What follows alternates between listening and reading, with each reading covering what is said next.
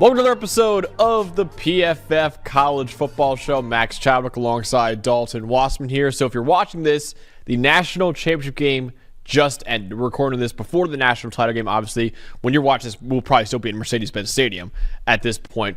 Listen, most college football content creators would, after the national title game, step back, take a breather, take some time off before you start previewing the next year. We're not doing that here on the PFF College Football Show. We have a way too early top 25 heading into next season to give you guys right now. We spent a couple days kind of going over it, Dalton. I'm very excited to release it to people now. Yeah, I'll tell you what, it's always fun to project, who's staying and going for each team, especially now. And, you try to find those teams who figure out, okay, we just built our roster through the portal, say, like in Indiana this year, who we thought we were pretty optimistic on, maybe not to the point that they get to the playoff, but finding teams and scoping through the talent and what they have. And that's really what it's about, is talent speculation and what they've brought in. But I think we have some similar contenders next year that we're going to have this year, just with some different circumstances. Absolutely. So I want to remind you guys, a lot of the reasons why we put the top 25 together and how we put it together is using PFF exclusive stats. You can find them all at subscribe.pff.com. Get best mock draft simulator on the planet as well, the best betting tools, best fantasy tools. But for the PFF way too early top 25, a lot of it is built around all of the premium stats that we have in college football. So if you want to get all access to those premium stats, subscribe.pff.com is the perfect place to do it. All right, start off at the bottom of this list and work our way up all the way to number 1. Start off with number 25 to 21. Number 25, Michigan. After having an 8-5 record this past season, they beat Alabama in the ReliaQuest Bowl. They are at number 25. Auburn at number 24, who had a 5-7 year this year, Dalton, but a lot of reasons for optimism for the Auburn Tigers going into next year. Number 23 is Iowa State. They are one game away from making the college football playoff with an 11-3 record, the most wins in program history. They are at number 23. Number 22 is Missouri with another 10-win season. They were 10-3 this year. And at number 21 is Kansas State, who finished the year 9-4. I feel like Kansas State every year is somewhere around number 21 or 22 in the preseason ranking, and they probably finish there every year as well. So pretty safe bet to put Kansas State somewhere around there as well. What stands out to you on that 25 to 21 range? I think a team that you and I had a lot of arguments about, and that's the Auburn Tigers, right? Coming off a 5-7 season, but thinking about, okay, look at the talent that they brought in here, and maybe, look, we know with Hugh Freeze they can run and stop the run, even though they're losing Jarquez Hunter to the NFL draft. But I think the optimism here, especially around Jackson Arnold, who's going to be their quarterback next year, transferring in from Oklahoma, and Eric Singleton from Georgia Tech, who's one of the best receivers in the country, put him alongside Cam Coleman in that receiving core, and now we feel like, okay, this is the year where maybe Auburn has a viable passing game that can compete in the SEC, along with a good defense, and Hugh Freeze, anywhere he's been, has found a way to be able to run the football. So I think we did debate based on merit here and the fact that we haven't seen this crew together yet. Should Auburn be in this top 25? You kind of won this argument over me a little bit, but I could see him at 24 based on, again, if you're basing this on the level of talent a team has, they do have a boatload of talent. Freeze does a great job on the recruiting trail, and I think the X factor, obviously, as it usually is your quarterback, is Jackson Arnold being more productive than he was in a bad situation that he had at Oklahoma this season. You say I won this argument over you. I'm pretty sure I win every argument over you. So putting Auburn in the top 25, though, I mean, I really was looking at this, man, that receiving core. We're going to rank our position units at some point, probably over the summer. Auburn's going to have one of the best receiving cores in the country. You got Cam Coleman, who I think is going to break out and be a superstar as a sophomore. You mentioned Eric Singleton Jr. coming in, one of the top receivers in the portal from Georgia Tech. You bring back Malcolm Simmons as well, who also had a really good true freshman season. Bryce Kane, really good true freshman season. And Perry Thompson, really good true freshman season. They had really like 4 good true freshman receivers that they all bring back next year. And now you add in Eric Singleton Jr. as well. And you add in Jackson Arnold, who was a former 5-star recruit. And the issues for Jackson Arnold at Oklahoma, the offensive line was really bad, and that's still a question mark at Auburn, but they did bring in the top tackle in the portal, and Xavier Chaplin from Virginia Tech as well, so that should help out there. The other thing was, the receiving core at Oklahoma was horrible because of how many injuries they had. He will have one of the best receiving cores in the country, and now you could start to say, okay, he was a 5-star coming out of high school. I still think Jackson Arnold showed some good things. Like, he beat Alabama with his legs in that game. Now you can start to see whether or not he's worth that 5-star billing. If he is with this talented receiving core, 24 could be very low for Auburn, considering they are bringing back really good defensive players as well, especially in the secondary. Kyan Lee had a really good year. Caleb Harris, Jay Crawford, guys like that. I think this is a really talented Auburn team, and it's really dependent on whether or not Jackson Arnold can live up to that 5-star billing at coming out of high school a couple years ago. Agree. And it's, look, as we're going to see here in a few minutes, it's a very deep SEC that you're talking about. They got to really work their way way up the ladder, but it's hard to argue against the talent they have. They will have at least a chance to compete with a lot of those teams. Absolutely. And number 25, Michigan as well. That's going to be a fun one to watch with Bryce Underwood potentially taking over as the quarterback for them next year. But that's what we got for 25 to 21. Let's move over to 20 to 16 now, starting off with the Louisville Cardinals at number 20. Ole Miss at number 19, SMU, who made the college football playoff this year, at number 18. Another ACC team at number 17 in Miami, who just got Carson Beck in the transfer portal. And number 16, staying in the Sunshine State with the Florida Gators there. Don, for you, number 20 to 16, who stands out there? First thing is those top two, is Florida and Miami for different reasons. Miami, I think, obviously a great year with Cam Ward and everything they did in the passing game, but just missed out on the playoffs. But Mario Cristobal is still trying to capitalize on the momentum he's got going and getting Carson back, and they've got a good, they had a lot of really good players that are going to get drafted, but you still have a pretty good offensive line. You have Beck figuring out the weapons. You still have Mark Fletcher at running back, right? And he's trying to build this secondary because that was really the biggest problem. So Miami trying to stay relevant, I should say, in the ACC here after such a great year that came up just short of the playoff. And then Florida Gators, there's going to be high expectations for them with DJ Lagway at quarterback, hot end of the season, right? Beat LSU, beat Ole Miss. Lagway and the weapons starting to get it going. He's got a boatload of talent. He was the number one, He was the number one high school recruit in the country last season, right, at quarterback. So I think Billy Napier's doing a nice job of collecting talent. Now they got to figure out how to win ball games earlier in the season. He's just got to get Lagway a little bit more consistent. But they're another one a little bit like a more advanced version of Auburn. They have a boatload of talent on their team, right? They just need to put it together and win ball games in big spots. Absolutely. Trey Wilson is a really talented receiver they got there. Obviously, you mentioned Lagway before. Jaden Ball showed a lot in his true freshman year at running back, I think, for them. Jake Slaughter is the best center in the country, in my opinion, this year, and he's returning to school next year. They got some guys like Tyreek Sapp on the D-line I think is a really, really good player. The secondary is very young with some good players in there as well, like Jordan Castell. So this is a talented Florida team as well. And then Miami, they still have some really good players, right? Getting Carson Beck is absolutely massive for this team. The receiving core takes a big hit, though, with all the guys leaving, but you do bring in some guys as well, like C.J. Daniels from LSU, that he projects to be the number one guy there. The problem is, who do you have after him? But then you mentioned the secondary before. They did do a really good job in the portal of addressing that. Ethan O'Connor comes in from Washington State. He's a good corner at Wazoo this past season. They got Charles Brantley from Michigan State at corner as well. He's a really solid player. So they did address the secondary as well. Zechariah Poyser, the safety from Jacksonville State, was a solid player. He comes in there as well. So they've addressed that. They get Carson Beck in there. This could also be really low for Miami. Like, this is a team that could absolutely make a bigger leap next year, but a little bit lower on the Hurricanes right now. Ruben Bain comes back as well, who could have a big year. So it should be fun to see how those two teams in Sunshine State live up to the hype. And then Louisville, obviously Miller Moss getting in there.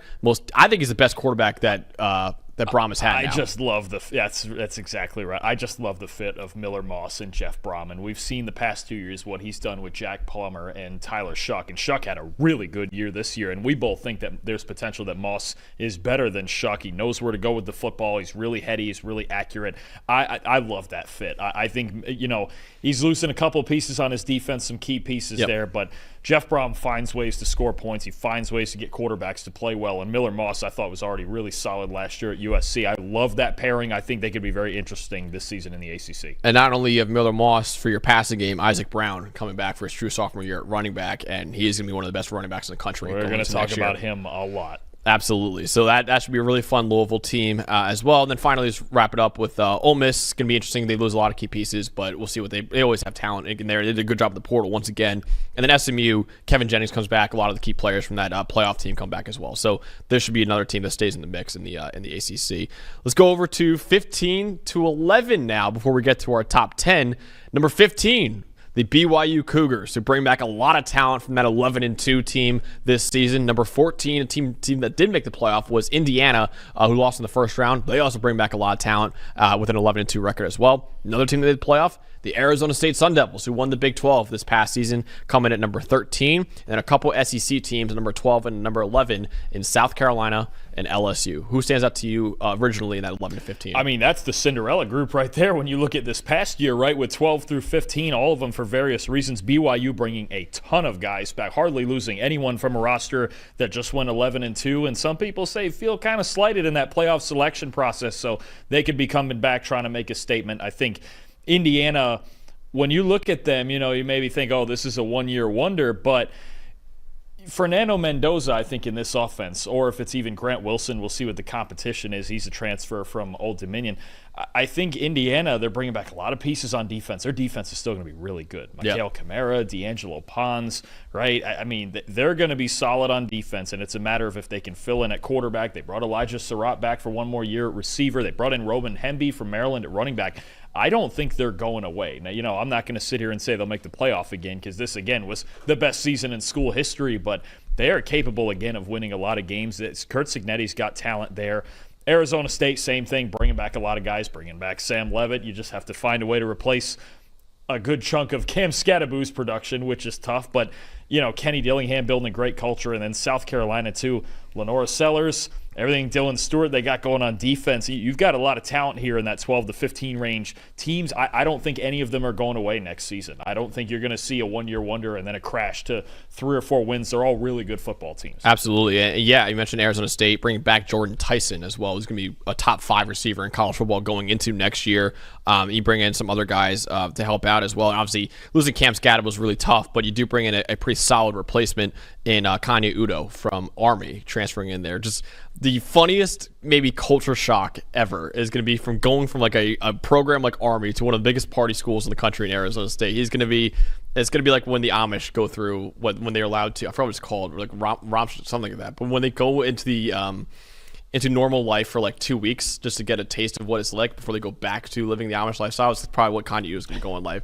Go from Army to Arizona State. Especially out there. But I'll tell you what, Kenny Dillingham wouldn't take him if he wasn't sure. No, Kenny Dillingham runs a very strict program there as well, and they're gonna play hard-nosed defense regardless too. So it's gonna be really fun to watch that Arizona State team. You mentioned South Carolina; they bring back so much talent from that team. Lenora Sellers is coming back as well. Nick Harbor is gonna be coming back. Dylan Stewart along that defense. That defense is still going to be nasty next year as well. So South Carolina. And then LSU at number 11. Obviously, Garrett Nussmeier coming back. They got to kind of fix what's going wrong defensively, but you bring back Harold Perkins Jr., who suffered that season-ending injury. That's a big get for them. They help build up that offensive line a little bit, even though they're losing Will Campbell and Emory Jones from that unit. So it's going to be interesting. And also LSU brought in some good pieces in the portal at wide receiver. It's going to help them out as well. So I think LSU is another team that is going to be interesting. It's kind of make or break for LSU. It feels like a lot next year just in terms of what they have. And they're bringing in guys like Patrick Payton from Florida State.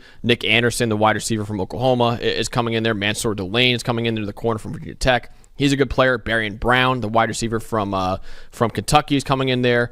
They're bringing in a lot of talent at receiving core. You got a really good quarterback in Garrett Nussmeier, one of the best in the nation. So LSU, it seems like a make or break year for Brian Kelly next year. I would agree with that. Especially you mentioned the defense. That's been the biggest problem. Is no matter when they had Jaden Daniels and Garrett Nussmeier, they give up way too many points at opportune times, and the fact that they can't make stops is why they haven't won more ball games the last few years. Yep. All right. So that wraps up number 25 through 11. Now we get to the juicy part, the top 10. We're gonna go over each individual team in the top 10, starting at number 10 with another SEC team, the Texas A&M Aggies, who finished the year 8-5 in Mike Elko's first year as head coach. They lost the Las Vegas Bowl. Solid year for the Aggies overall, Dawn, a team that, by no surprise for an Elko coach team, built around the defense, built around the run game, and they are going to have those two things working at a very high level next year. Absolutely. I mean, you talk about bringing back Marcel Reed as your quarterback, who's a dynamic runner, and honestly could improve a lot with a full offseason as a passer as their starting quarterback, because last year was supposed to be Connor Wigman, and now he's out transferred to Houston.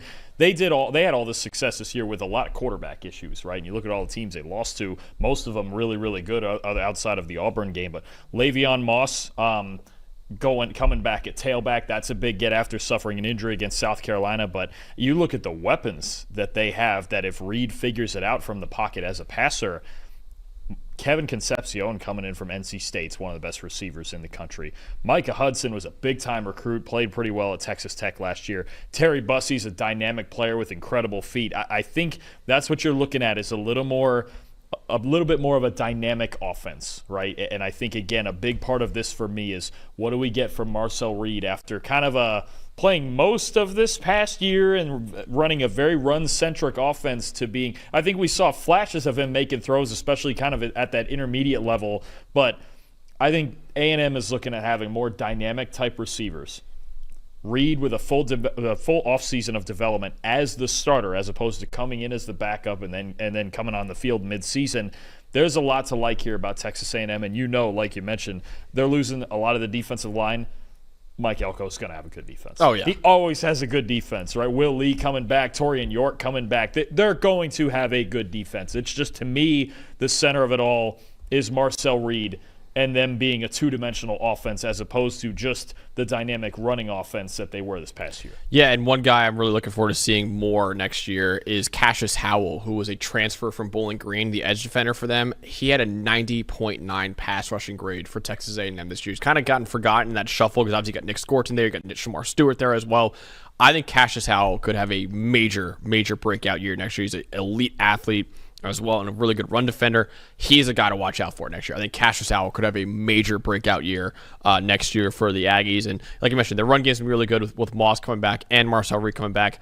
It really, what takes Texas A&M from borderline top 10, top 15 team to maybe a contender to win it all next year is whether or not Marcel Reed can develop as a passer. Because you just mentioned it, that receiving core they have with Kevin Concepcion, Micah Hudson, Terry Bussey, even Mario Craver they added from Mississippi State too. He was solid for me. He had like 370 yards for them this year. That's one of the best receiving cores in America. And if you have a quarterback who's that dangerous with his legs and a really great running back in Le'Veon Moss, one of the best running backs in America, with that receiving core, that could be a dangerous offense. And then you got Mike Elko coach defense with a lot of really good players returning on that side of the ball. Texas A&M could absolutely make the leap next year into being one of the top contenders in the country. Absolutely. I think Concepcion especially, you're going to be looking at him getting 150-plus touches next year because I can only imagine him being the jet motion guy constantly with Marcel Reed running that read option back there in the backfield. I mean, we know was it the last 2 years or just 2023 when he was NC State's leading rusher as well? 2023, I believe. Yeah. Okay, not this past year. No, it's true year, freshman year. But yeah. I know he was up there anyway. He's a guy that you get the ball to any way possible, and I think that's what's between him and Bussey. I think those are two of those guys like that where just put the ball in their hands and see what they can do. And Texas A&M, they got some dynamic athletes on that offense. And Concepcion, one of the best separators in America, elite, obviously with the ball in his hands as well. And then if Micah Hudson can hit on that ceiling he had coming out of high school, he's like a top 15 recruit coming out of high school. Like, that could be a disgusting. And then Terry Bussey, too, is also a 5-star recruit. And we saw flashes for him in this year where he's like, that guy's electric. Weren't there talks about him being a two-way player at one point? He was listed as an athlete. Because they were like, he can play athlete at that. Plus, kick returns, punt returns, the whole bit. So they have got, I think that's the thing with that set of guys is their offense is going to be a little more dynamic from sideline to sideline than it was this past year. Because I think a lot of their receivers this past year were kind of standard, right? When you talk about, okay, you don't have this versatility and all the things they can do with the set of guys they brought in, especially, I think they present multiple problems offensively this season. We're certainly making a bet here with Texas A&M after going 8-5. Obviously, you probably want to see more teams that had a great 2024, but this is a team that just the ceiling with them. I mean, and Marcel Reed, the development as a passer, because he did have the 8th worst adjusted completion rate, or 9th worst, in the Power 4 this year at about 68%. So he's got to get better with his accuracy, but he's an elite runner, and he's got all the tools at his disposal to have a really good year as a passer next year. So Texas A&M checking in at number 10 in our way to early top 25. At number 9 is the Tennessee Volunteers. Eli's Vols. They had a 10-3 record this year. They lost in the first round of the playoff. They had an elite defense last year, Dalton. That was really the biggest reason why they were 5th in EPA per play last year defensively. And a lot of their really good players on that side of the ball are coming back for another year. Yeah, they sure are. I mean, you talk about they're losing a couple of them. James Pierce Jr. is obviously the big one. Omar Norman Lott on the inside, but they're bringing back some ballers. You talk about Josh Josephs on the defensive line. He's one of the best run defenders in the country this year, developing as a pass rusher. Jermod McCoy, when we do our top 10 cornerbacks, he's going to be top 3 probably. No question. Jermod McCoy is going to be a monster at corner. They got a good secondary. I think Josh Heupel's done a really good job putting this defense together now for the last year and a half. And then offensively, you still have Nico Yamaliava. You lost Dylan Sampson, which was really the engine of your offense, so you really need to lean more on Nico now. But look, they're going to run a fast-paced offense. They're going to try to create explosive plays, and he got a lot better down the stretch of the season. I think you saw him struggle a bit the first half of the season. He was still getting used to being the starter, playing week in and week out. Had, I think, a concussion early in the year that disrupted that a little bit. But I think when you saw how he progressed later in the year, They just need to surround him with weapons. They need to find the right elements of speed and just explosive plays and find a way to replace Sampson. That's the biggest question for me, is their ability to run the ball without Dylan Sampson. But there's a very, very high floor here on this Tennessee team, and I think that's the biggest reason they're here. I don't know yet until we see the offense operate that they're a national title contender. But they are certainly a playoff contender with as much talent as they have coming back. Yeah, the defense especially, they have so much talent coming back. And then Nico, it was a rough stretch for him at one point last year with the accuracy. He actually got a lot better. You're right. In the second half of the year, he got a lot better. And overall, on the season, he had the 16th best passing grade in college football. So he's still absolutely one of the best quarterbacks in America going into next year. Receiving core loses a lot of guys, but they bring back Miles Kitselman, who's probably one of the best tight ends in America. Chris Brazel comes back for another year as well. Then you have a lot of really young wide receivers in that receiving core, like Mike Matthews is a former 5-star recruit. You hope he has a big jump as well. Really, the biggest questions for me are along the offensive line, because it wasn't a great unit this year, and they also lose a lot. I think they lose 4 starters from that unit this past season. And then obviously Dylan Sampson. How do you replace that production at running back as well? So that's the big thing, is the O-line and the run game. But other than that, the defense should be really good again. You got Nico coming back, who's going to be a top 10 quarterback at least in college football going to next year. And then a receiving core that, yes, loses some pieces, but also they've recruited so well at the receiver position. They should be just all right there as well. So really, for me, the big things are, how does the O-line develop in next year, and what can they find in the run game as well? Absolutely. They're going to be good. It's just going to be a matter of how many of those big games in the SEC can they win. Yep. All right, so Tennessee checks in at number 9 in our Way Too Early Top 25, and another SEC team here at number 8, Dalton, in the Alabama Crimson Tide, finishing 9-4 on the year, suffering a pretty bad loss to Michigan in that ReliaQuest bowl game.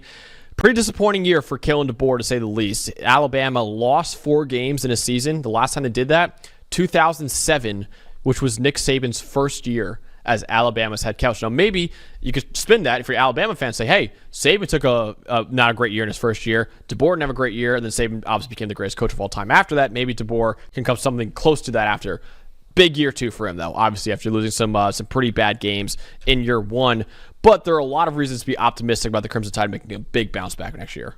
Yeah, you're talking about, when you do these exercises, who's bringing back the most talent, right? Because we don't know what they look like till September. There's a lot of talent coming back to Alabama. 4 starting offensive linemen. I think they caught a break getting Jaden Roberts and Parker Brailsford back up front. Ryan Williams coming back on the outside, of course, as a true freshman this past year, one of the best in the country. Jam Miller coming back at running back. A boatload of pieces coming back on defense. Some I don't think we necessarily expected. Deontay Lawson, maybe the injury played a part in that. If he's 100% next year, he might be the best linebacker in the country. LT Overton passing up the draft to come back another year. Damani Jackson at corner. Got some other young kids in the secondary. There is a boatload of talent still here at Alabama. They only lost a couple of key guys, right? Tyler Booker. I think Kalen DeBoer in year 2 just settle this thing down. I know it was a tough year, obviously a tough bowl loss, but the question's just going to be the quarterback, right? But I think Ty Simpson, in a more traditional sense, in a Kalen DeBoer offense, we think about Michael Penix Jr. at Washington throwing from the pocket, making those big accurate throws, and I think more so than Jalen Milroe possibly just getting the ball out on time.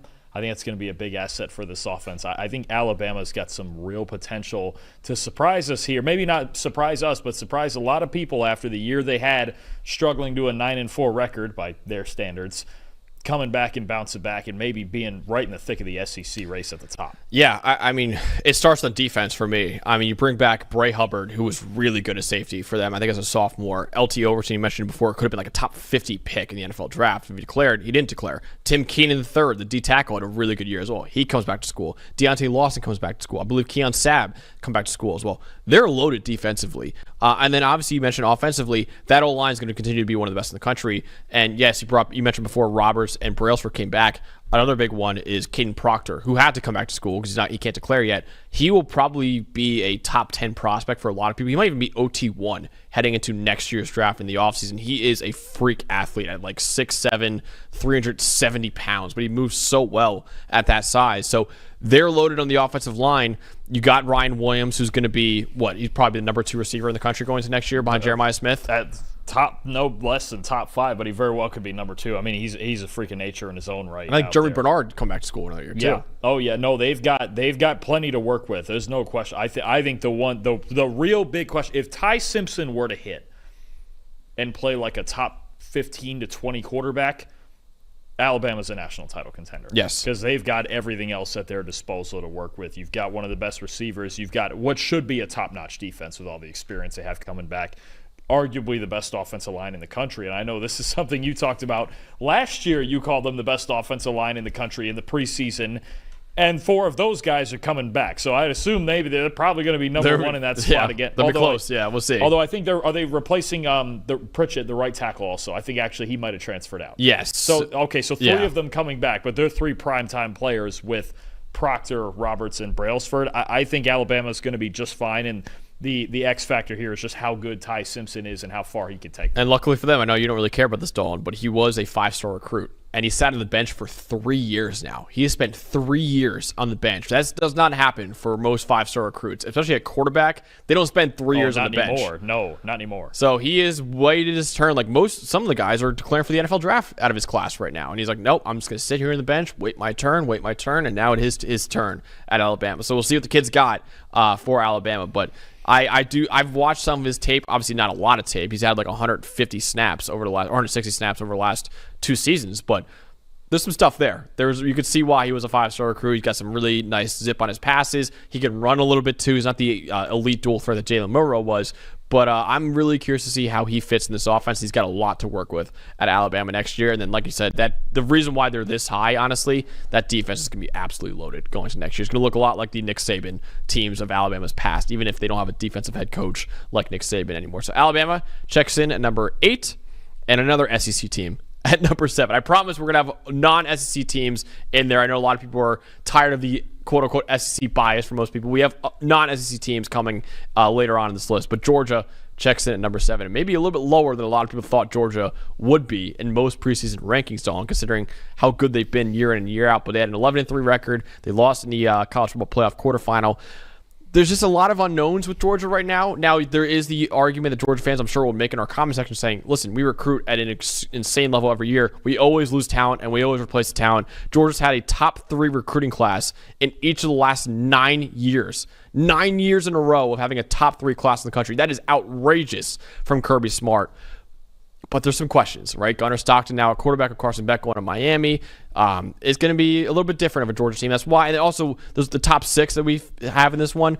We feel a little bit better about what they return and all that, and they're still really good teams as well. So that's why Georgia's here at number 7, but they could absolutely be a lot higher at season's end. Look, I think there's just, you're right, it's a lot of unknown. What we do know is Kirby Smart will have some sort of good team out there. What we don't know is how good Gunnar Stockton is. To me, the biggest questions are offensive line, because they already had issues at tackle this season, and now they're losing all 3 of the interior 3, right, in Tate Ratledge, Jared Wilson, and Dylan Fairchild. They're all going into the draft. So now I've got an offensive line that needs to be completely rebuilt. They're always replacing guys on defense. We know Kirby's going to have a good defense, right? He's got KJ Bolden coming back. He's got Dalen Everett coming back at corner. They're going to be fine on defense. I don't know if they'll be the number 1 defense in the country, but it's Kirby Smart. I'm not worried about that. I'm more worried about the offensive line and Gunnar Stockton. And then, look, I know they're bringing in some weapons, but the passing game was the reason they didn't win a national title this year, and that was with Carson Beck. Now you're talking about more guys leaving. We're bringing transfers in. We're trying to cobble it together again, possibly with worse pass protection. That's where I'm the most concerned, because I don't have a doubt about them being able to run the ball, say, with Nate Frazier and with Branson Robinson, right? I think they're going to be able to run the football. They'll be fine. And Stockton's a good athlete too, but can they throw the ball? I think that's what it comes down to, because this year, without Brock Bowers and Ladd McConkey, they couldn't do it. And now Carson Beck transfers to Miami, and that was as shocking to us, I think, as anything. You know, we were expecting, okay, if he's going to leave, he's going to go in the draft. And he winds up transferring. And Gunnar Stockton is just going to be the plan here behind a very suspect offensive line. That's what I would worry about, especially when you're talking head-to-head matchups against a team like Alabama or a team like Texas, who has really good defensive lines and freak-level defenses. Can Georgia block enough, and can Stockton be clean enough in the pocket to make enough throws? And there's reasons for us to be a little cautious with Georgia, because Gunnar Stockton had a 56.4 PFF grade this year, so obviously not great at all. Now, granted, a lot of those snaps came against Texas and against Notre Dame. So, like, those are two of the best defenses in America. It's hard for him to come off the bench and be good against those teams. I completely understand. On short notice. On short notice. I completely understand it. But at the same time, you got to be, cautious with him, at least. You can't just start saying, oh, he's going to be a great quarterback next year. He'll be just like Carson Beck. I don't know. There were some reports, I don't know how true they were, that Georgia wanted Carson Beck back, and he decided to go to the portal anyways. So, maybe there was a lot of people saying, oh, well, they forced Beck out because they knew Stockton was better. There's some reports saying that's not the case. So who knows, honestly. But Georgia will still have a great defense. Obviously, Kristen Miller, the D-tackle, I think will have a really, really good year next year. He looked really good in limited time this year. KJ Bolden is a superstar. Yeah, they lose Malachi Starks, who's going to be a top 15 pick in the NFL draft of safety. They have another superstar safety coming up in KJ Bolden. He was awesome as a true freshman this year. But you mentioned it. Their offensive line lose some pieces. They have a revamped receiving core. That was one of the biggest issues last year. They added some big-time talent, though. Zachariah Branch going in there from USC. Noah Thomas getting in there from Texas A&M as well. So they did revamp the receiving core a little bit. But there's a question mark in the offensive line a little bit. And then more for me is it's more about Gunnar Stockton. How does he look? Can he improve on that? Or will it be more like the two games we saw against Notre Dame and Texas where he's just an okay quarterback overall? And Oscar Delp back at tight end, too, for another go-around also. So, I think you feel a little bit better about the talent of the weaponry. It's just, for me, I think the first thing I'm going to be watching this year is that offensive line. Yeah, absolutely. So, Georgia, it's one felt so wrong when we were putting it together, but the top six were like, oh, we're really excited about this top six. Georgia, there's at least some questions to be for them right now. But number 7, they could absolutely be a lot higher. They probably will be a lot higher by season's end, but we're a little cautious with the Bulldogs here at number 7. Number 6, Dalton, we're making a call here.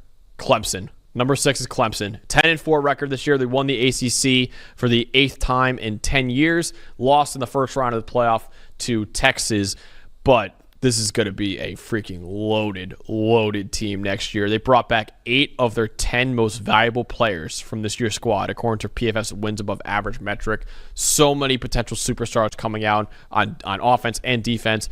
I think the Clemson Tigers could be making a big statement next year. They pretty much are bringing back this entire same team except for Phil Maffa and Barrett Carter. The improvement of Cade Klubnik this year, and you saw it. There were stretches of their playoff game against Texas where he was the best player on the field. He was dropping dimes on Texas in the playoffs, which is very hard to do. And their defense, with everything they have coming back, T.J. Parker, Peter Woods, Avion Terrell, Sammy Brown. Sammy Brown at linebacker. I think Khalil Barnes. Barnes. They're working on a waiver to get DeMonte Capehart back for one more year. This defense and Cade Klubnik's improvement, as long as it holds, make Clemson the odds-on, I think, easy favorite to win the ACC. Yeah. They were not supposed to win the ACC this year. No. They really weren't. SMU was great all year. Miami had Cam Ward, right? There was some other contenders in there. They weren't supposed to win the ACC this year, and they did. This Clemson team coming back next year, as young as they were this year, this could be a monster. I think defensively, especially for me. And now they're bringing in Tom Allen from Penn State to run the defense. That's where it starts for me. And then Klubnik, I think, pretty easily from what he showed us this year, is going to walk into next year. He's one of the 10 best quarterbacks in the country. Easily, yeah. The question was receivers. Now, we got some guys who got better as the year went on. I think Antonio Williams is a big piece of their offense. Brian Wesco, young true freshman this year that played well. You've got a boatload of talent. Dabo Swinney, this is the most talented team he's probably had in the last 3 or 4 years. I fully expect them to win the ACC. I don't see any reason right now that I could pick anybody else to win the ACC. They've won 8 of the last 10 ACC championships with less talented teams. So it's I feel like they're the favorite to win. They were in no way supposed to win it this year. They were not supposed to win it this year. And they still did. They found a way to do it. And they still did. So I think that's just a testament to Dabo Swinney and his team. And man, this team, with Cade Klubnik coming back, 87.7 passing grade this year as a junior, 5th among all quarterbacks in the country. The year before, he had a 63.9 passing grade. He had a massive jump as a junior and showed why he was the number 1 quarterback coming out of high school a few years ago. And you mentioned that receiving core.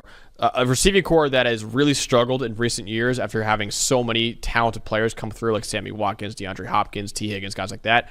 For a few years, they were really bad.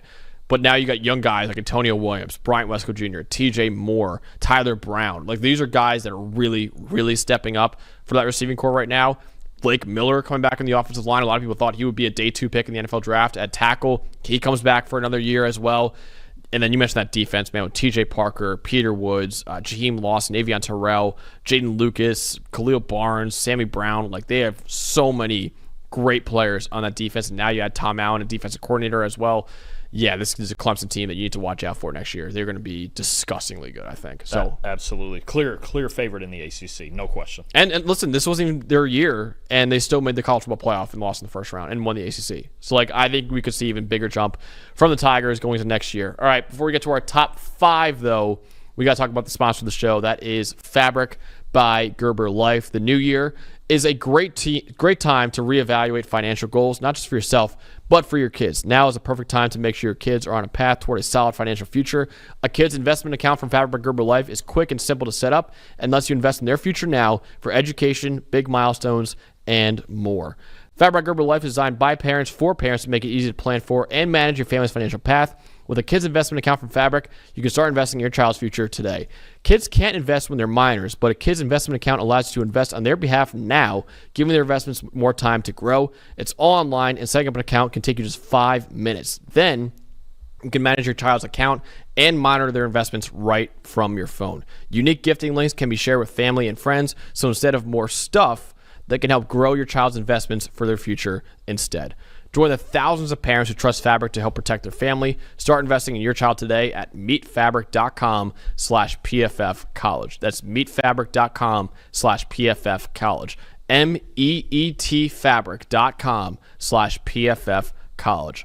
Portfolios managed by Fort Washington Investment Advisors Incorporated. Additional services provided by Apex Clearing Corporation. All investing is subject to risk. Learn more at meetfabric.com. All right. Top 5 now of our way too early top 25 going into the 2025 season. And at number 5, Dalton, is a team that is playing in the national title game. By the time this drops, we'll know whether or not they won the national title. But it's the Notre Dame Fighting Irish as of right now that are currently 14-1 on the season. They also bring back a lot of talent from this year's team. They lose some pieces for sure, like Riley Leonard going to the NFL draft, but this is a team that should once again be one of the top contenders to win it all next year. Well, and here's the only other question is, do we have suspense on whether or not Marcus Freeman's going to be there? Or is he going to take it up the road to Chicago? This rumor mill is churning on that one, but we won't know till after the game whether that's real or not. Either way, you're still talking about a team who knows who they are. They have their identity. They're a great defense. They're going to run the football, right? And I think you have the headliner on offense being Jeremiah Love, who we both think is the best running back coming back to college football next season. Just an incredible player. Obviously played through some things in the playoffs, some injuries, but when he's 100%, he's as explosive as any back in the country. And then the defense is what does it, as it usually does for Notre Dame. I think you talk about amazing corners on the outside. Leonard Moore with just a brilliant true freshman season. Christian Gray on the other side. I think for me, a guy I really like I'm watching next year is Drake Bowen at linebacker. Yeah. What a spectacular player he is, playing next to Jack Kaiser this year. Kaiser off to the NFL. Now you got Bowen really as the lead dog at linebacker. Their defense is going to be really good. They're going to be able to run the football. The question is Steve Angeli in the passing game. More of a pocket passer than Riley Leonard. And I think the big thing, more so even than the passing, is the absence of Leonard's legs, because there's been probably at least 3 or 4 games this year where his legs were actually the equalizer. I think about the Louisville game, the Georgia game for sure, Penn State a little bit. I think, what does this offense look like with someone who's a little bit less of a dual threat than Riley Leonard? But Notre Dame's got an extremely high floor with their defense, and their running game sure to most likely to dominate again next year. Absolutely. Yeah, you bring back Jeremiah Love, the best running back in the country. You bring back Leonard Moore. Is he the best corner in the country going into next year? I maybe argue he would. He's up there. He's on the list, that's for sure. He's probably, so we're going to put him in the top 5 somewhere, being that good, that young. And then you bring back Christian Gray. You bring back Jake Bowen. You bring back Jalen Sneed. You bring back Adon Schuler. Loaded defense all around. So that, and then also the offensive line that I really like this year as well. You bring back guys like Billy Schrouth at left guard, a really good pass blocker. You bring back Emil Wagner as well. You bring back Anthony Knapp at left tackle.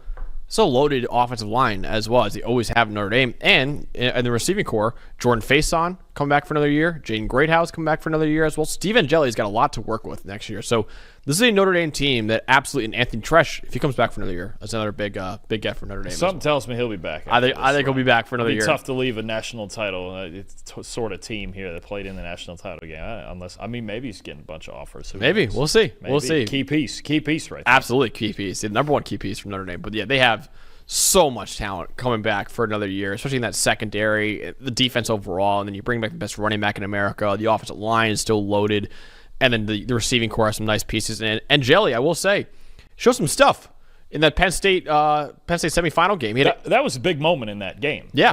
I know it's just a field goal. He drove him down that field. Absolutely. And I think it got him some momentum. Obviously we've already done our breakdown of the game, and I'm sure you don't want to hear about it again. But no, I think it was a big moment. He's gotten to play a little bit. Actually got to play in the bowl game last year. Was it against Oregon State, right? And won that game. So it's not like he's completely devoid of experience. It's just it's the biggest thing for me is he's different than Riley Leonard. And now you wonder if Mike Denbrock gets back into more of the offense he traditionally runs, which is a little more pass-heavy than he's run it lately. Yeah, he had an 83.9 PFF grade on 104 snaps this year. So very good stuff from Steve Angeli in the limited time that we saw from him. But that's the big question for Notre Dame. But other than that, they brought back a lot. 8 of their 15 most valuable players from this year's team are coming back to school for another year. So that Notre Dame team should absolutely still be in the running for maybe another national title if they win this game, or to get back to that point if they end up losing to Ohio State. At number 4, the team that Notre Dame beat in the college football playoff semifinal is the Penn State Nittany Lions. Finished the year with a 13-3 record, making the college football playoff for the first time ever, and making their first Big Ten title game in, I believe, 8 years for Penn State. So even though it was a heartbreaking end to the year, still a very successful year for Penn State. And Dalton, the reason why they're here at number 4, they brought back pretty much everybody from that team. They are all running it back for Penn State, and why they're here at number 4. Pretty much the only guys gone, right, are Abdul Carter and Tyler Warren. Now, essentially, those are the 2 best players on the whole football team. And they're both going to go top 20 in this year's draft. But you're talking about bringing back Drew Aller. First and foremost, anytime you bring back the same quarterback, you have hope. The Notre Dame game was obviously a struggle, but he's been very good the last 2 years.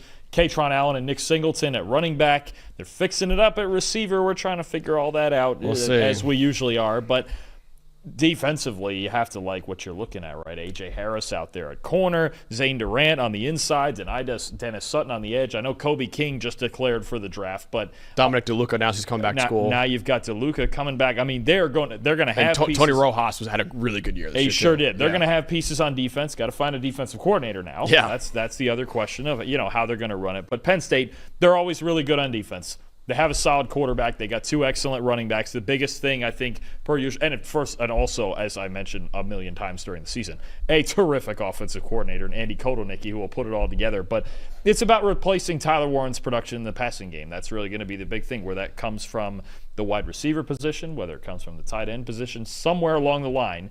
The difference for this team is going to be, do you have enough weapons on the outside? There's some turnover now with Harrison Wallace and Amari Evans entering the portal. They're bringing some other guys in, but that's what it's going to be against the better teams on their schedule in the Big Ten or even in playoff spots. Do you have enough on the outside? You can't just run everybody over every week. No, and I think they need to add one more. Now, it's pretty dried up in terms of this transfer portal, but there will be a spring portal that opens up, and I think that is the time. If any wide receiver enters that portal, Penn State needs to pounce on it immediately, because you did bring in Kyron Hudson, who was USC's number 4 receiver this year. He's a solid player, good contested catch guy.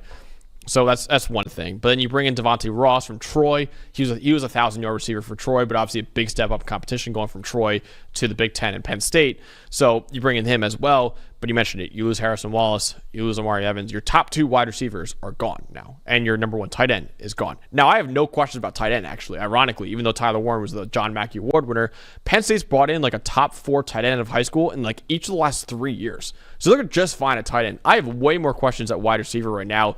And I know a lot of Penn State fans will say, well, Wallace and Evans didn't really do much anyways. But you kind of need warm bodies in that room right now. And I know it's very similar to the conversation last year, in my opinion, where Keandre Lambert-Smith leaves, and a lot of Penn State fans go, well, we didn't really do much anyways. He had a great year at Auburn, right? And they could have very much used him. And if they had him, they probably would have beaten Notre Dame, honestly, in that game. So it feels a little similar to me where it's like, oh, well, we don't need Wallace and Evans anyway. They weren't any good. You need something. You need something at wide receiver. And I think they got to add a little bit more to that room right now because it's still lacking. Even with Hudson coming in, who I like, but he's more of like a complimentary piece. Devontae Ross had a really good year at Troy, but can he have that same kind of year at Penn State? Those to me seem like more complementary pieces. You're still looking for the true, who is our guy, who is our number one receiver. That's the big question. But otherwise, everywhere else, this team is absolutely loaded, and why they're still number 4. I think a question that we really started to ask later in the season was, where in the hell would this team be without Tyler Warren? We're about to find out. We're going to find out in 2025 where they'll be without Tyler Warren. I mean, not only, obviously, their top tight end, the best tight end in the country this year, right? So, I mean, you lose a guy like that, and it's going to take a collective to step up, right? Warren's a special player. It's overwhelmingly likely that they won't have one guy who replaces all of that production. It's going to take a group effort, and it's going to take some time, I think, for them to adjust. It absolutely will. But like I said, tight end, they should be just fine at. The wide receiver positions is, again, what you're still looking at for Penn State. But honestly, I was surprised by how many guys ended up coming back. Nick Singleton did not expect him to come back. He came back to school for another year. Denied that Sutton could have declared and been like a 4th-round pick. He decided to come back for another year as well. Brought back a lot of other guys, too. So Penn State's loaded. They're loaded everywhere, and then it comes down to the age-old question of, can Penn State find something at wide receiver, and we'll see if they can do it this year. So Penn State at number 4. At number 3 is the other team playing in the national title game. That is the Ohio State Buckeyes, currently with a 13-2 record on the season. We'll see whether or not they beat Notre Dame in the national title game, but I believe they're about 10-point favorites right now, so we'll see. They lose a lot. They lose a lot of talent. I'm not going to sugarcoat it. They're going to lose a lot of talent from this year's team. Obviously, everyone came back for their senior years, it felt like. But what they bring back, Dalton, is a team that always recruits at a high level, so they're always going to have talent there. And they bring back probably the 2 best players in the country in Jeremiah Smith and Caleb Downs. Yeah, absolutely. You got those 2 freaks, you can build around them. Right? Yeah. And I think whoever their quarterback is going to be next year, if it's Julian Sayin, who we're expecting, then so be it. Okay, here you go. Here's the next Julio Jones to throw to. Your life should be at least some. And Carnell Tate, yeah. And Carnell Tate, and that's a huge piece next year too. He's really emerged down the stretch as a threat. But I think a lot of this is knowing, look, this year was the year, right, that they needed to win a national championship, or they loaded up to win a national championship. And now they move into the next year or two with a new core surrounding Jeremiah and Caleb and go, okay, how do we load up for another one, right? A lot of veteran talent leaving this team. And look, we do have them this high in part because they're Ohio State. Yeah. And they always find this level of talent. They're going to have it. There's going to be new names that emerge, right? And, maybe we don't know which of those guys become elite players yet, but when you have the consistent level of talent that they have, I mean, they have to be this high, especially after the year they just had. And again, it's an argument that they have the 2 best football players in the country heading into next year. You can build it around that. Absolutely. And I feel like a lot of commenters are probably saying, wait, well, why is Georgia 7 then? If you're making the argument, it's Ohio State. Well, this difference is, 1, Ohio State might have just won a national title, so you got to show some respect for them to do that. And then 2, they're bringing back 2 of the best players in the country. Like Georgia, they have a lot of really good players coming back. They don't have the 2 best players in the country coming back, right? So that's another thing as well. Julian Sayin at quarterback. He was a top 10 recruit, the number 2 quarterback in the country coming out of high school a couple years ago. The only quarterback who was higher than him was DJ Lagway, who we talked about earlier. You bring in some really good players. Max Clare, tight end from Purdue, really good tight end from Purdue. He goes to Ohio State. CJ Donaldson will be taking over at running back for Ohio State, the West Virginia transfer as well. So that's a big get for them. So, yeah, they're losing a lot. Listen, they will always lose a lot. It's Ohio State. But they do still have a lot of really good players, and you have, like I said, 2 absolute freaking superstars in Jeremiah Smith and Caleb Downs. Would I bet in them to repeat? Probably not. No, that's why they're number 3 right now, and not number 1. But I think this is a team with enough young talent with those 2 guys. Now, Caleb Downs will probably be gone in 2026, but you could see it being a setup year to make another national title run in 2026. That would not shock me, especially if Sayin can develop next year and Jeremiah Smith. I don't know how much more Jeremiah Smith needs to develop at the college level. Yeah. He could be a top 15 receiver in the NFL right now, but they're going to be really good. They're always really good, right? They're going to be in playoff contention. And I think similar to what we expected from Michigan this past year, where we thought maybe they'd be in playoff contention. Well, they didn't have Jeremiah Smith either. So I would still fully expect Ohio State to win at least 10 games next year. Obviously, the Michigan game is going to be a whole big deal in and of itself. But, I mean, they're just always here, right? That's kind of where we've gotten to. They're always going to be here, and it's just a matter of how much of those preseason expectations they fulfill. I mean, their backups are 5-star recruits. Like, so you know. And, I mean, maybe a guy like Sonny Styles might come back for another year. That can really help out their defense as well. They should have some guys coming back. But, yeah, it's going to be losing a lot of talent. But at the same time, it's Ohio State. They always have talent there. And they have the two best players in the country going into next year in Caleb Downs and Jeremiah Smith. All right, number 2 is the only team one of the only teams to beat Ohio State in the regular season besides Michigan. That is the Oregon Ducks, who finished the year with a 13-1 record, losing in the quarterfinal round to Ohio State in the Rose Bowl. They're losing some talent. Obviously, Dylan Gabriel, Heisman Trophy finalist, is gone, but they got Dante Moore to replace him. He was a former 5-star recruit a couple years ago in that Arch Manning class. So you have that. You have a lot of really top players coming back. And then also, Dalton, they, as Oregon always does, really hammered the transfer portal and got some of the best players in the country to go in there. I'll tell you what, the guy that sticks out to me first is if you don't know Mekhi Hughes, who was running back at Tulane the last couple years, you're going to get to know him at Oregon. He is one of the best backs in college football. He's going to fit right in, right in Jordan James' shoes, maybe even better. Behind an interior, they got to replace the 2 tackles. They're both going to the NFL, but an interior offensive line that got a little bit better as the year went on, and it's a young group that's getting better. And I think Hughes and what this team wants to do in the run game first, that's going to be a huge asset. I think he's in for a monster year next year. I think that's the first thing that jumps out. Evan Stewart staying at receiver, that's a big deal. He's a number 2 this year behind Tej Johnson. Kenyon Sadiq at tight end's a good weapon to have, and really got to step up now with, I think, Terrence Ferguson and Patrick Herbert both declaring for the draft, I believe. So, yeah. So, there's some retooling to do.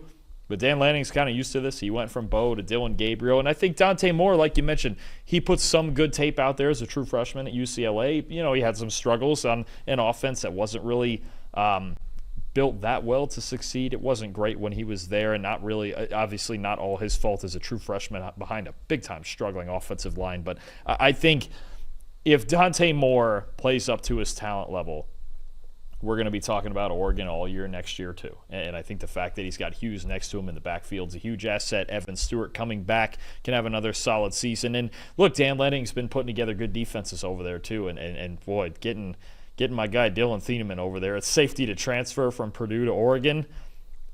That doesn't even feel fair, honestly. Yep. That's just crazy to get him in, because me, I think he's one of the best safeties in the country, and he was just that Purdue situation really eroded pretty quickly. Yeah, it didn't really help him. He played a lot more in the box as a sophomore when his true freshman year, when he was terrific. He had 6 picks as a true freshman. He was like a center fielder for them. So Dan Lanning's smart, which he is. He will be playing Dylan Thieneman a lot as like the center fielder in his defense. And then so you added him, one of the best safeties in the country. And then, like I mentioned, he was one of the best running backs in the country. And you mentioned the offensive line, Dalton. They also hammered the offensive line in the portal as well. Emmanuel Pregnon, the guard from USC, who's a pretty good guard, he goes to Oregon. They also added 2 of the best tackles in the portal. Isaiah World from Nevada went to Oregon, and Alex Harkey from Texas State also went to Oregon as well. Theron Johnson, a corner from Northwestern, who's a really, really good player, he went to Oregon as well.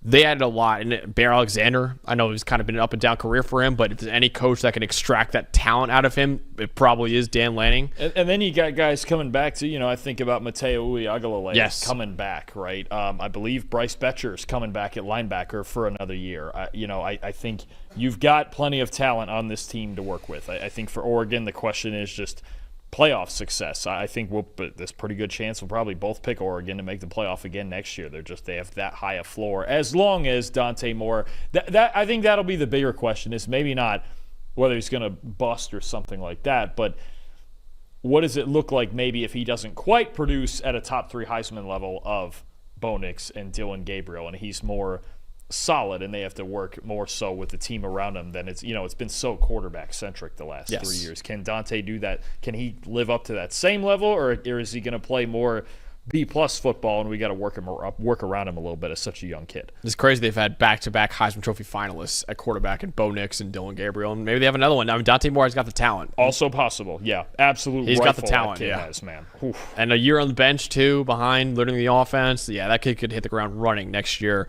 The number 2 quarterback in the 2023 high school class And the guy who's number 1 is also getting his first start, Dawn, and that is Texas at number 1 with Arch Manning finally leading the Longhorns. Texas 13-3 on the season, and they lose in the college football playoff semifinal for the second year in a row. But the Arch Manning era is officially beginning at Texas with Quinn Ewers going on to the NFL draft. Arch Manning looked really good in his limited time this year, an 88 PFF grade on 239 snaps. So enough of a sample size to be like, okay, this kid's really good. It's not just like a 50 snap sample size or anything like that. We saw a few games where he actually started for Texas this year. He's really talented, and then they brought back a lot of talent, especially defensively, for what was one of the best defenses in the country as well. So Texas is our early favorite right now to be the number 1 team in the country and the national title favorite. Texas checks in as the number 1 team. The story is a Manning. For a third generation, we have a Manning, and this one can run, which is crazy enough to think about. No, I mean, when we've seen him on the field, he's looked fantastic. There's no question. He can process the field from the pocket. He can take off running when he needs to. He can make every single throw. From what we've seen, he's everything that all the scouts said he is, and that really shouldn't surprise us. And I think you mentioned it. Losing some pieces up front on the offensive line is big, right? They're probably not going to have the best offensive line in the country like they had this year, but C.J. Baxter coming back from injury, Jarrett Gibson at running back as well. Receivers are kind of losing some, but you still have Ryan Wingo in there, and you've got some other young guys that can step up for him. And defensively, I think we've hit the point where Texas is just going to be a house on defense every single year. Is that what we're getting at? I think so. Last year, maybe we thought, okay, it's a lot about, Sweat and Murphy, and they stopped the run. And no, they got monsters. I mean, you look at what they have coming up. Malik Muhammad, right? Colin Simmons. He might be edge 1 going to next year. He's an animal. Yeah. Anthony Hill at linebacker. I think, did you mention to me? He might be the best linebacker in the You country. mentioned to me that Michael Taft's coming back at safety. Terrific player. I mean, they have got a core on defense that, would it shock me if they were as good next year as they were this year on defense? That wouldn't shock me at all. With that level of talent, I think what that does is minimize the pressure on Arch to go out there and score 45 points all the time. And also, we have to remember offensively, that's still Steve Sarkisian. Yes. He's going to find ways to score points, even if there is a flaw or two maybe on his offense, and he's got Arch Manning. No, I think Texas, you look at the star power coming back, and you look at Arch's talent at quarterback. In a quarterback class that we're not entirely sure of yet, this group, and we've had some debates lately about what's our top 10 or 15 quarterbacks in the country going to look like next year. Kind of tough. You can make a lot of different orders of it. There's some really good players, but the fact that we would easily have Arch in that mix and possibly number 1 with him playing so few snaps in this offense tells you a lot about his talent. I mean, he's the Heisman Trophy favorite right now, and he was a backup quarterback this year. Yeah. Like, everyone's like, no, he's going to – and listen, that was the kind of thing that kind of held Texas back this year, was that Ewers just was so inconsistent. And if you get – and the one thing with the Mannings, they're consistent. They are always – going to do their job out there, and I'm sure they're Mannings. I mean, it's the thing I keep going back to, and I know it doesn't take the most analytical mind to figure this out, but I just sit here, I go, they have a Manning that can run. That's the fact that they were putting in a Manning in red zone packages for his rushing ability. It was like, this is breaking my brain right now. Like, I don't understand what. Yeah. And now this is what's going to be leading your team with still a stacked roster. I mean, Texas, at this point, even moving to the SEC, they're here to stay. Yep. As national title contenders every single year. And obviously, you lose some talented receivers. Isaiah Bond's going to the draft. Matthew Golden's going to the draft. Gunnar Helm's going to the draft as well. But you mentioned Ryan Wingo before. DeAndre Moore coming back for another year. That's a big one. Ryan Niblett as well for this team. They always recruit well there. Offensive line, you got to replace some pieces as well. But the run game, you got Trey Wisner coming back for another year. We'll see if Jaden Blue. I don't think Jaden Blue is announced. No, he's declared. He declared? For the Okay. draft. So Jaden Blue's gone. But you got Baxter coming back. It's and huge. A name we talked about all last offseason that didn't get a whole lot of run. Amari Nightblack at tight end, too. Could be an option for him. So, no, Jaden Blue did declare for the draft, though. But think about it. To come back with the running game to a 3 of Baxter, Wisner, and Gibson. Yeah. That's smart for him to get out of there. That's insane. Yeah. I mean, they're still going to run the ball like crazy, even with Arch in there. Yeah. I mean, they've got pretty much, as long as they mature at wide receiver, they've got every tool at their disposal. And C.J. Baxter, who suffered a season-ending injury preseason, he was a guy that he was a backup to Jonathan Brooks in his freshman year. C.J. Baxter was the number 1 running back coming out of high school into his freshman year. he was really good when he had to replace Jonathan Brooks, and he was a guy that we pointed out. It's like, this guy could become, listen, in a loaded running back year, C.J. Baxter could all of a sudden emerge as one of the best running backs in the country, then unfortunately suffered the season-ending injury. I think people are kind of forgetting about him right now. He could go into his, redshirt sophomore year next year and remind people that he is one of the best running backs in America and why he's the number one running back coming out of high school. Their backfield could be a serious problem next year.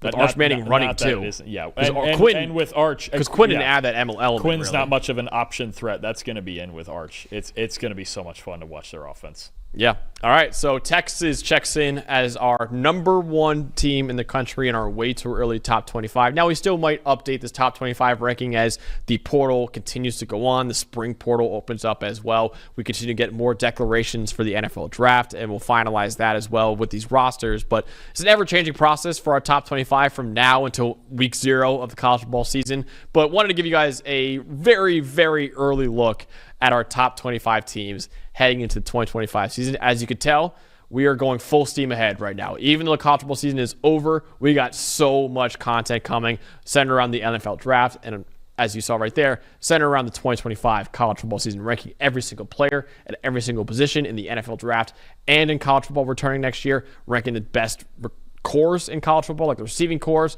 offensive lines, ranking those as well, and ranking all the teams.